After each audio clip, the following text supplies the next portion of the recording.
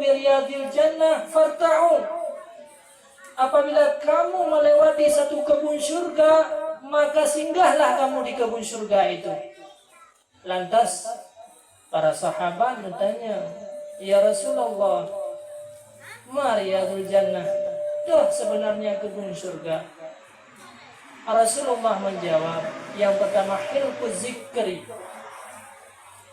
Ada ulama yang menafsirkan hilquz zikri adalah majlis-majlis ilmu pengetahuan. Pesantren-pesantren itulah merupakan kebun surga.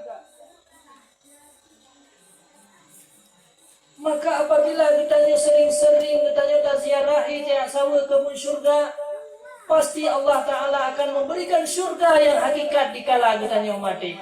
Karena udepnya, matinya menurut yang ditanya udep. Karena matinya ibarat mimpi. Ibarat mimpi.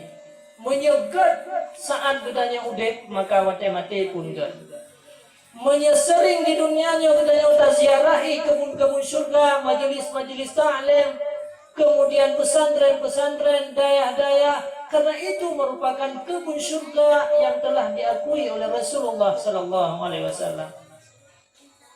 Tapi minyak tanya mengelak daripada kebun surga. Gedanya urangnya tak biarkan kebun surga, Allah juga tidak akan memasukkan gedanya dalam surga tersebut. Inilah salah satu kebun surga, adalah tempat gedanya beribadah.